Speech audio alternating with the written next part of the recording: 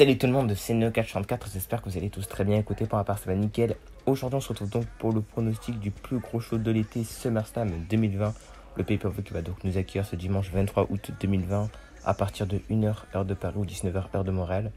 Le pay-per-view sera donc bien sûr diffusé sur le WWE Network. Le kick-off lui devrait donc commencer à 23h heure de Paris ou 17h heure de Montréal. Et pour l'instant, aucun match a été annoncé pour le kick-off tout simplement. Voilà donc aujourd'hui on va donc bien évidemment parler de SummerSlam. Donc concernant la carte, c'est vrai que c'est une carte quand même pas mal dans l'ensemble. Il y a quand même des matchs assez intrigants à voir. Après, comme vous le savez, je suis beaucoup moins le catch qu'avant, donc j'ai pas vraiment suivi toutes les storylines, notamment celle de Mandy Rose et Sonya Deville, qui m'a l'air quand même d'être une bonne storyline, mais je vous avoue que la stipulation ne m'a hype pas. Mais enfin bref, on va donc commencer cette vidéo pronostic avec justement le match entre Mandy Rose et Sonya Deville, donc un Air vs Air match. Et du coup, je crois que cette qui perd, elle va se couper les cheveux, enfin se raser les cheveux tout simplement. Donc c'est une rivalité qui a été construite maintenant depuis quand même pas mal de temps. Il me semble que c'était juste après WrestleMania, je sais plus. Et en gros, on a Mandy Rose qui est donc face, donc Sonya Deville la heel, logiquement. Et c'est une storyline plutôt bien construite, même si la hype pour autant n'est pas super présente, hein. Mais ça reste quand même intriguant à voir. Alors moi personnellement, je vois pas forcément cette rivalité continuer après SummerSlam. Donc je verrais bien une victoire de Mandy Rose et du coup on aurait Sonya Deville qui perd ses cheveux. Donc voilà, victoire donc de Mandy Rose. Ok, donc on passe directement au SmackDown Women's Championship, un single match entre Bayley, l'actuelle championne de SmackDown, contre Asuka. Et ça sera donc le premier combat d'Asuka de la soirée, parce qu'Asuka aura deux combats, un contre Bayley pour le titre de SmackDown et un contre... contre Bayley pour le titre de SmackDown et un contre Sasha Banks pour le titre de Raw.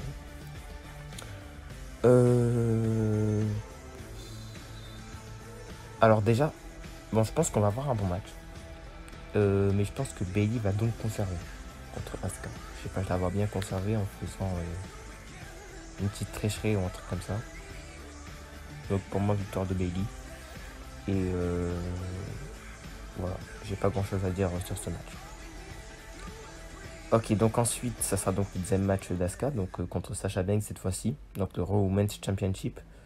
Et là, donc cette fois-ci, en revanche, je vois bien une victoire de Asuka. Alors, je sais pas comment, mais je sais pas pourquoi je vois une victoire de Asuka qui va donc prendre le titre à Sasha Banks. Et puis, je pense que ça serait quand même logique de faire ça pour quand même commencer la rivalité entre Bayley et Sasha Banks. Alors, même si il y a quelques rumeurs qui disent que cette rivalité pourrait même commencer à WrestleMania 37, j'avoue que c'est un peu dans longtemps. Donc, j'en ai aucune idée. Je vais quand même prendre le risque donc de miser sur Asuka. Ok, donc on passe à l'Universal Championship, un single match entre Braun Strowman, l'actuel champion de SmackDown, WWE en gros, contre le Fiend, Bray Wyatt. Une rivalité plutôt intéressante. Ils ont même réussi à inclure... comment elle s'appelle, putain, Alexa Bliss, pardon. Donc ça reste quand même intéressant. On a Braun Strowman qui nous montre une nouvelle facette de lui. Un petit peu plus psychopathe, on peut dire. C'est intéressant. Par contre, j'avoue, le vainqueur, j'en ai aucune idée. Je pense que j'ai quand même misé sur le film, étant donné bien sûr que là, ça va être le film qui va donc combattre et pas Bray Wyatt. Donc pour moi, victoire donc du film. Parce que j'avoue, ça, enfin si il perd donc ce match, ça pourrait être compliqué quand même pour sa crédibilité. On l'avait vu contre Goldberg malheureusement, donc ça serait dommage de faire la même chose, même si cette fois-ci, ça serait quand même contre un catcheur assez actif. Mais bon, donc pour moi, victoire du Fiend. Et concernant le match, j'en ai aucune idée. Je suis assez mitigé concernant la qualité du match, je vous avoue. Mais bon, on verra quand même ce que ça donnera. Ensuite, on passe à peut-être l'un des matchs qui me hype le plus. Dominic Mysterio, qui sera donc accompagné par son père Rey Mysterio, contre Seth Rollins, qui sera donc accompagné par Murphy. Là par contre en revanche je pense qu'on va avoir un très bon match. Il me semble que ça va être le tout premier match de Dominic Mysterio dans un pay-per-view à la WWE, donc félicitations à lui déjà.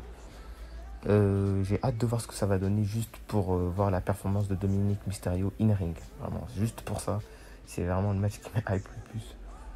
Je pense que in-ring, ça va donner un bon match. Il m'a l'air quand même pas mal in-ring. C'est quand même le fils de Rey Mysterio, donc t'as le père, t'as le fils. Concernant le vainqueur, j'en ai aucune idée là. Franchement, bon.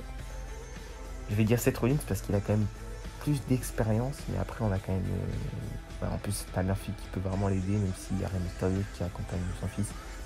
Moi je vais quand même miser sur Seth Rollins, mais en tout cas je pense que ça va être un très bon match. Et c'est un Street Fight match, tout ça, j'ai oublié de le préciser. Ensuite on passe peut-être au match que j'attends le moins. L'United States Championship, un single match. Donc la Hurt Business sera interdite en ringside. Ok. Donc Apollo Crews, l'actuel champion des États-Unis, contre MVP. Alors Apollo Crews en tant que champion des États-Unis, j'aime bien. Le problème c'est qu'il n'a pas de personnalité, il n'a pas de gimmick. Et du coup c'est un peu vide. Mais bon, je le vois bien conservé contre MVP. Donc j'ai misé sur Apollo Crews.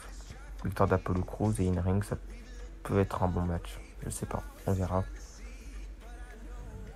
Ok, donc on passe au Raw Tag Team Championship, un tag team match donc entre les Street Profits, donc Angelo Dawkins et Montez Ford, contre Angel Garza et Andrade, accompagnés par Zelina Vega.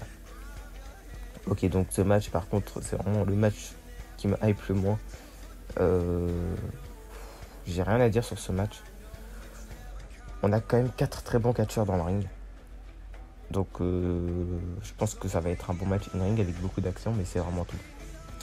Et sinon, je verrais bien Angel Garza et Andrade remporter donc le titre. Ah mais quoique il y a quand même des tensions, il me semble. Hein. Il me semble, j'en suis pas sûr, j'ai pas trop suivi les choses ces derniers temps, mais il me semble qu'il y a des tensions entre Angel Garza et Andrade. Donc à mon avis, ça peut quand même les bloquer pour peut-être gagner ce titre. Donc finalement, je vais miser sur les Street Profits qui conservent donc le titre d'Euro, tout simplement. Et ensuite, on passe donc à aussi l'un des matchs qui me hype le plus. Drew McIntyre contre Randy Orton. Donc Drew McIntyre, l'actuel champion WWE, contre Randy Orton. Voilà, le heel le plus crédible à l'heure actuelle du côté d'Euro. Enfin, en tout cas pour moi. Et là, personnellement, je vois bien une victoire de Randy Orton. Le ring de Drew McIntyre n'est pas mauvais, au contraire, il est plutôt bon.